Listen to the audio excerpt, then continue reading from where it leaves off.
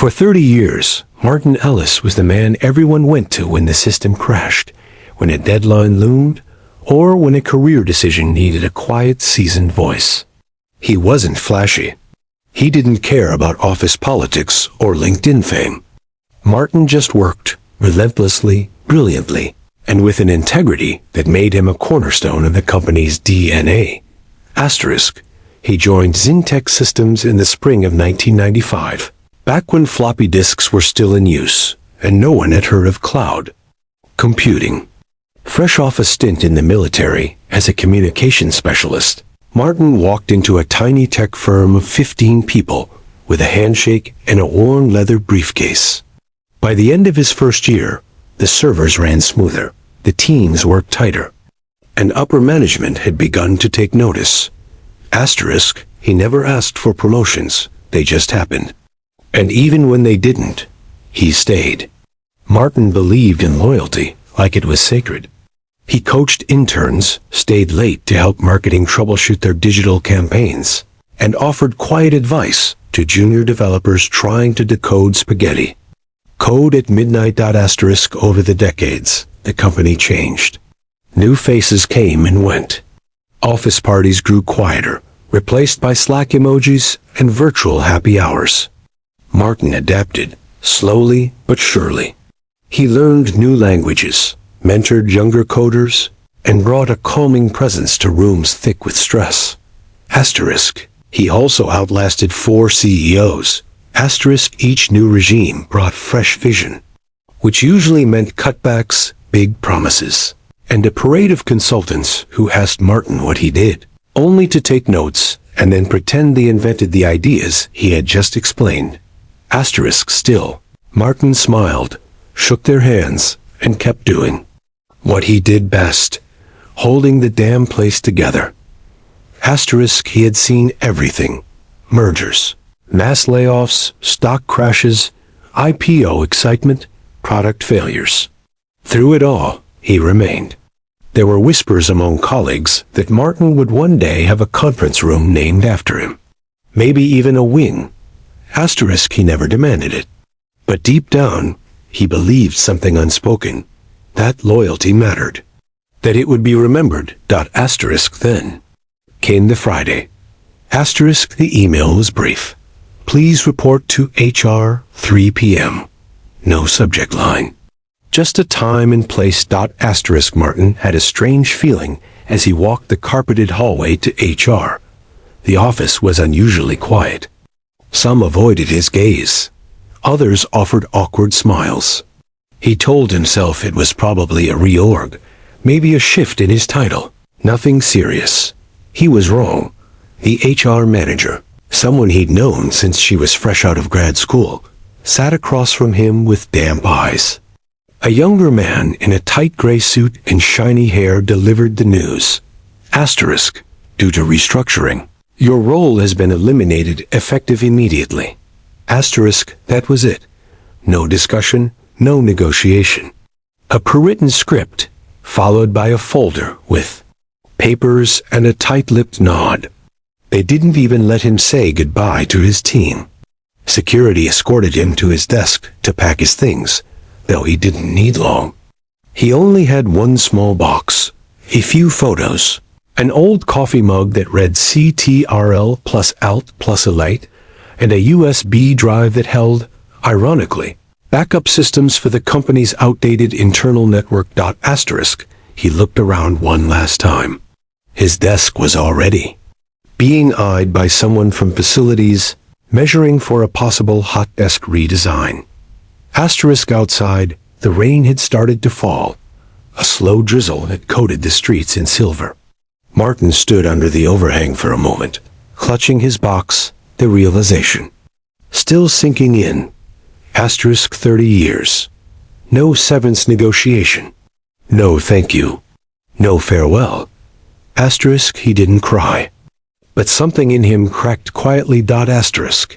He drove home through traffic without music, staring out at the blur of taillights. Every milestone of his career echoed in his mind. The launch of their first cybersecurity product, the time he worked through the night to stop a system-wide breach, The new hire orientation he led just 3 weeks ago. He opened the door to his modest suburban home. Lisa, his wife of 28 years, met him at the door. She took one look at his face and said, "It happened?" He nodded. They didn't talk about it much that night. He didn't want sympathy, and she knew better than to offer any. Instead, she brought him a bourbon, his favorite blanket, and sat next to him while the TV murmured in the background. The following weeks were a blur. Calls came in from former coworkers, stunned and apologetic. Some offered to connect him to recruiters. Others simply said what he already knew. It was wrong. But the truth was, Martin wasn't ready to move on. He slept late, watched reruns of classic sitcoms, scrolled news articles on his phone, and wondered where all the time had gone. His LinkedIn inbox started filling with messages, some genuine, others opportunistic. A few companies offered contract gigs, consulting roles with vague titles and lower pay. He ignored them all. But then came a moment, quiet and unexpected, that changed everything. It was 2:14 a.m. He couldn't sleep again. He sat at the kitchen table, staring at an old photo on his phone. A company barbecue from 2007. Back when people still wore jeans to work and brought their kids to the office on Fridays. Back when he belonged. He picked up a pen and started writing, not out of clarity, but compulsion. Notes became outlines. Outlines became flowcharts. He had no grand plan, only a question. What if experience wasn't treated like a liability? The next morning, he turned his basement into a makeshift workspace, pulled out his old servers, fired up a few development tools. Over the following days, Martin began building again. This time not for a company. For people like him. He envisioned a platform that did more than connect resumes to jobs. It would recognize depth, mentorship, leadership, loyalty. He sketched out a ranking system based on experience, not just keywords. He built tools that allowed seasoned professionals to teach, consult, advise, not just apply and wait. The name came to him while talking to his daughter, a psychology major, about neuroplasticity and aging. Gray matter, a place where experience was the asset, not the asterisk. He worked in silence for weeks, avoiding social media, ignoring the outside noise. And for the first time in months, he felt alive again. Lines of code began to take shape. The interface was simple but elegant. He called in favors from 2 former colleagues, both also recently laid off, and they began testing the prototype. It wasn't perfect, but it was real. Martin knew he'd never get those 30 years back. But he wasn't interested in going back anymore. He was building forward. By the 3rd month of development, Martin's basement felt less like a retreat and more like a launch pad. What had started as a quiet idea scribbled at 2 a.m. had become a sleek, functioning platform with real users logging in, giving feedback, and sending notes like, "Finally, someone gets it." Martin didn't launch with a press release or venture capital. He launched with a personal email sent to 20 former colleagues over 45. Many of them had faced what he had, a sudden layoff, the unspoken assumption that their age equaled obsolescence, or worse, that their skills couldn't keep up with the fast, flashy world of startup culture. To Martin's surprise, every single one responded. Within 2 weeks, Gray Matter had over 300 signups, most of them seasoned professionals from tech, finance, marketing, and even education. The more Martin dug into the data, the more excited he became. He realized something massive had been overlooked by the job market. Wisdom. LinkedIn and other job platforms failed to understand was that experience wasn't just about years on paper. It was about depth. A 50-year-old project manager who'd led multi-million-dollar international rollouts brought something to the table no 25-year-old AI filter could evaluate. Gray Matter's algorithm, simple, elegant, and human-centric, emphasized mentorship, domain knowledge, leadership history, and even emotional intelligence scores collected via self-assessments and peer feedback. Martin called it intelligent depth profiling. It was his secret sauce. By month 6, Gray Matter began to spread beyond his control. Someone on Reddit posted a glowing review. "This isn't a job board, it's where careers are reborn." A few tweets followed then. A feature in a popular tech newsletter that praised Gray Matter as a quiet revolution for the silver workforce. With the buzz came attention. A few investors came sniffing around, but many brought the same old mindset. "We love the idea, but have you thought about targeting younger users too?" That's where the volume is. Martin declined politely. He wasn't here to dilute the mission. He wasn't building volume. He was building value. Then came the pivotal moment. An email from Jeffrey Kwan, a recently ousted CFO of a billion-dollar logistics firm. Jeffrey had used Gray Matter's tools, not to get another job, but to launch his own micro-consulting firm. His story, how he went from laid off to fully booked in 90 days, went viral on LinkedIn. Jeffrey publicly credited Gray Matter as the invisible engine behind his reinvention. Suddenly, media requests came flying in.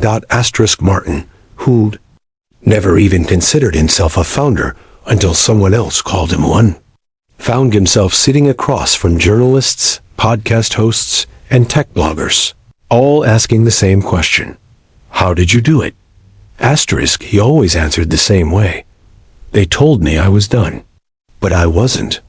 And neither are millions of others like me."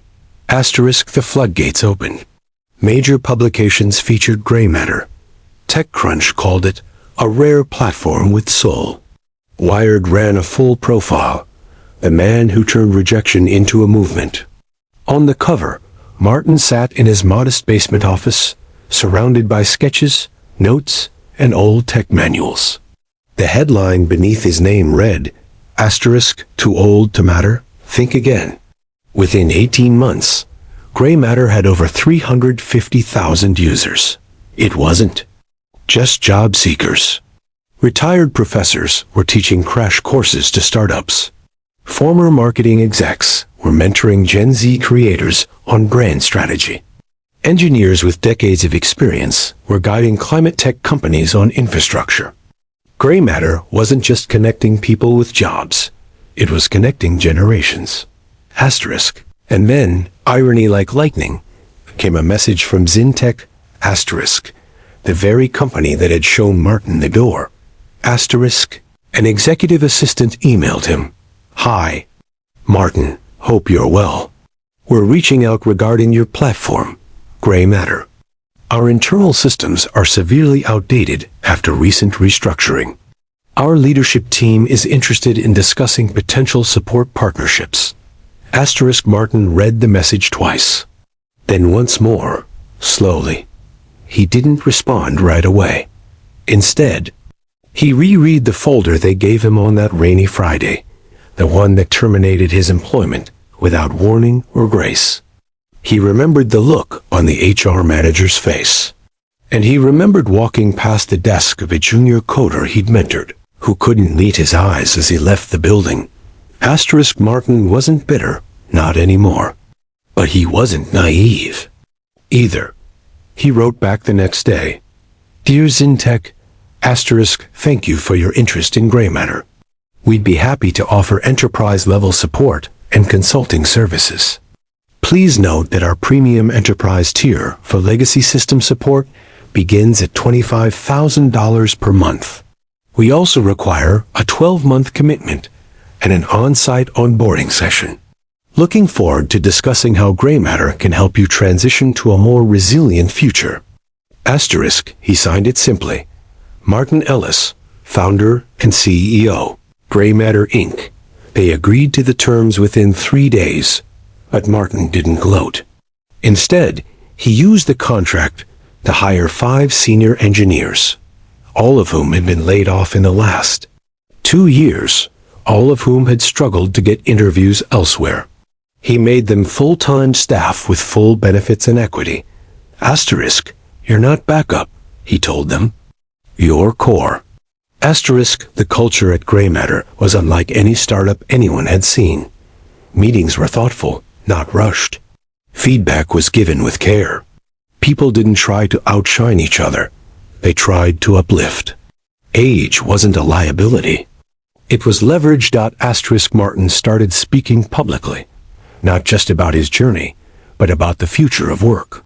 He gave TED Talks, spoke at conferences, sat on panels with CEOs half his age, who now looked to him not as the guy who got fired, but as a visionary who had seen something everyone else had missed. Asterisk the truth? Asterisk Martin didn't want revenge. He wanted redemption. Not for himself, but for every loyal, hard-working person who had been cast aside when they were no longer shiny. Asterisk, he remembered a message from one user, a 62-year-old woman named Carla, who had been forced into early retirement after decades in healthcare administration. Asterisk, her message read, Asterisk, I used to cry every morning. Thought I was finished. Through Gray Matter, I now consult for 3 startups and teach twice a week. Thank you. You gave me my life back. That was the legacy he was building. Gray Matter wasn't about Martin anymore. It was about the millions of Carlas, Jeffries, and Moniques. It was about rewriting the narrative. Asterisk, the old world said, you had your turn. Asterisk, Gray Matter said, your turn just evolved. Asterisk, by year 3, Martin turned down acquisition offers, totaling more than $300 million. Asterisk, his response to one eager buyer was short. Asterisk, I didn't build this to exit. I built it to exist. Asterisk, and in the quiet moments, after interviews, after speeches, after late nights updating the roadmap with his new team, Martin would sometimes sit alone in that same kitchen, coffee in hand, napkin sketches framed on the wall, and smile. He had lost a job, but he had found his calling. Asterisk, his comeback wasn't loud or angry. It was steady, measured. Asterisk, legendary.